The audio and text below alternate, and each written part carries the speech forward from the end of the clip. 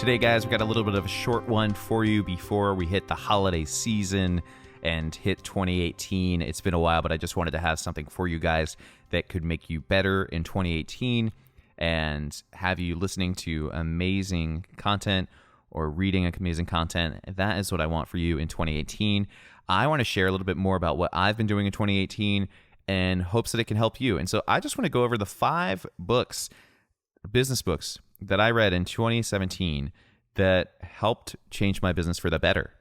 And so these are books that I kind of found or heard about through different people, recommended to me, that all 5 of these books have really helped me, especially 4 of them have really helped me engage in my business. And then really, you know, this year was better than ever. So kind of a year in review, or these books have helped me go further and farther than I could have imagined before. And so I just hope that you find these books engaging. I would encourage you to read all of them.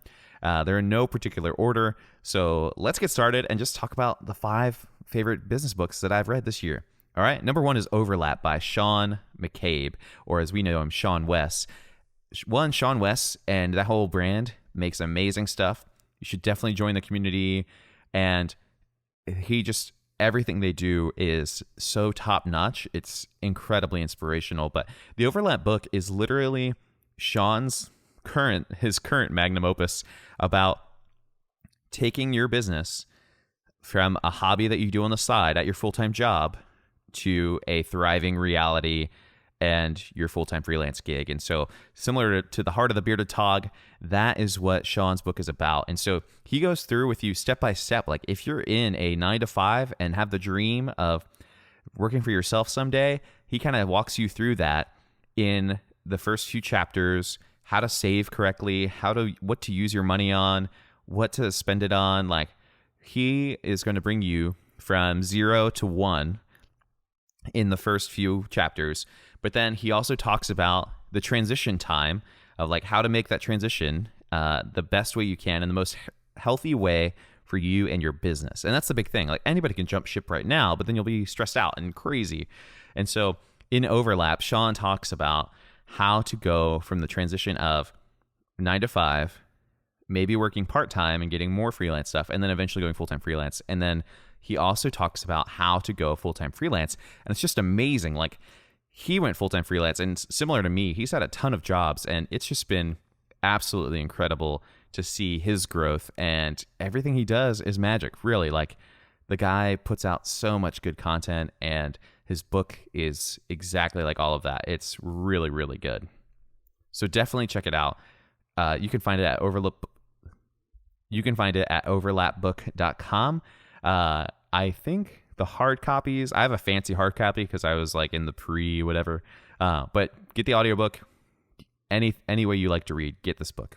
The second book, you've probably already read this because it's kind of legendary in the small business world, but The E-Myth Revisited, incredible book about systematizing your business. And especially, I think it's harder for photographers to read because we feel like only we can do this personal thing or we have these personal touches, but it applies to every business of systematizing your processes. And so in 2018, you got to get your processes down. Like what's your process when you do an engagement session? Well, you got to get to know the couple. You got to ask where they find the location. You got to prep your gear. You got to format your cards. You got to shoot the session. You got to eat dinner with them.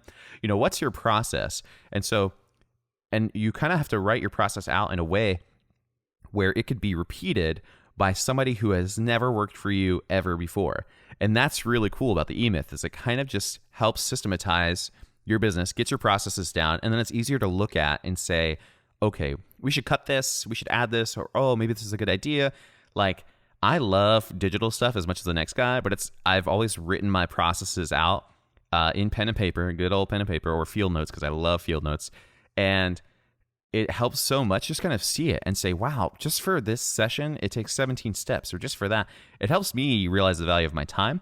But the E-Myth was incredible in just saying, Adam, if you want to make this systematized or someday bring on an associate or, you know, take the steps that you need to make this business bigger, it was really cool. And there's lots of examples, and it's kind of easy to read because it goes through the process of a pie baker, who kind of had a family business, and like she's so stressed out and works 12 hours a day, 14 hours a day, and the author kind of helps her get to the next level. So the E-Myth Revisited, second book you should check out. The third book, and I think the most influential on me this year, in so many more ways than one, but and ironically, the third book this year in the most influential way to me. And honestly, this book helped me make money, which all of us, we need to do that. So it's called Profit First, and it was recommended to me by Tyler McCall, who we've had on the podcast before, and it's incredible. It's just a new system of looking at money and how to prepare your finances whenever you get income, where to put that income, how to divide it up so that you're ready for taxes, so that you can pay yourself, and so that you can save as a business. And that's really, really cool, because those are things that we're not prone to do in our first few years. We just essentially just say, revenue minus expenses equals profit whenever we're making our business stuff. And the reality is that we need to save money for ourselves, or we need to save money for our investments and retirement and school loans and cars. And like, this book helped me so much just kind of outline all of my money and where it goes, and really helped me get back on track and get excited, because I had money in the bank for my business and was like, oh yeah, this feels great. But then I also had money for myself this year. And so really looking forward to hunkering down on this in 2018. It gives you a whole system, and it's really great. I absolutely love Profit First. It's really cool. The fourth business book that's going to change your business. This is a work one. This is the one that's going to be how to grind and work a little bit harder. It's called the 10X Rule by Grant Cardone. And this book, if you listen to the audiobook, he reads it himself, and he's just got this like tough Southern accent. And it's just like, listen up here, people. Like he's made a name for himself. Obviously, if you just Google him, things have been happening. And he's just all about like putting in the extra work and doing harder things. And I loved it because he said, instead of doing 10 times what you need to do 100 times what you need to do. And like, what's your 10X goal, if you will? Like, if you think $100,000 is a lot of money, then maybe you'll make 10,000. But if you think $10 billion is a lot of money, then maybe you'll make $1 million. And that's kind of his mindset, is like, I want to play big ball, and I want to ramp up my business in a way that my dreams are attainable. And I loved it. It really inspired me, and there's nothing holding me back really after reading this book when it comes to what I want to do, how much I want to work, and I absolutely loved it. So definitely recommend 10X Rule by Grant Cardone. Last book, and kind of a fun one. Maybe you've read this in like a leadership class for school or at your workplace or something like that, but How to Win Friends and Influence People. I believe it's by Daniel Carnegie, but don't hold me to that. And Adam, you're recording a podcast. Why can't you get it right? Well, we're doing it live, people. All right, we're doing this. So How to Win Friends and Influence People. Incredible, incredible book. If you didn't grow up with a lot of interaction or social skills, or honestly speaking to a lot of adults and learning about just how people communicate and stuff like that, I think this book will be super, super helpful.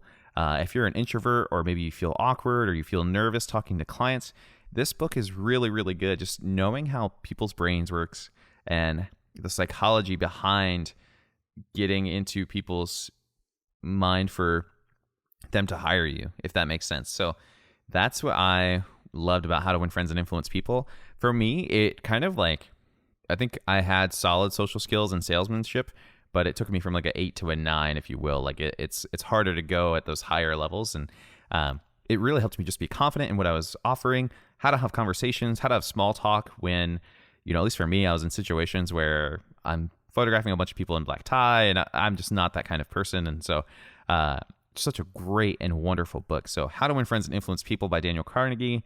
Amazing book. And that's it. That's the end of year 2018. This coming year, the first few episodes of the Bearded Talk podcast will be about how we can be better in our communities and how we can serve our communities better as creatives and telling stories. I think if we start 2018 focusing on what we love and shining a light on places that haven't had that much light shown to them, we can have a better year. And so we'll be starting off some episodes with that. Really excited for those. Also, the Patreon is being ramped up. We're about to put some new content on there. And so that's where I put all my camera gear. That's where I answer all my camera questions. That's where I outline how I do things, like how do I shoot receptions and how do I talk to clients and what does my bridal guide look like. And so all of that goes into Patreon, and it's an early time. So if you want to get in, you should definitely get in now. And before the end of the year, it's $10. So if you get a gift card or something like that, definitely spend it on that. Other than that, have a wonderful holiday season. We'll see you in the new year. I'm going to New York City with my wife. Can't wait. And you'll check out our Instagram stories, I'm sure. And yeah, have a wonderful holiday season. Let's make 2018 the best year ever. All right? Thank you so much, guys. Have a wonderful end of the year.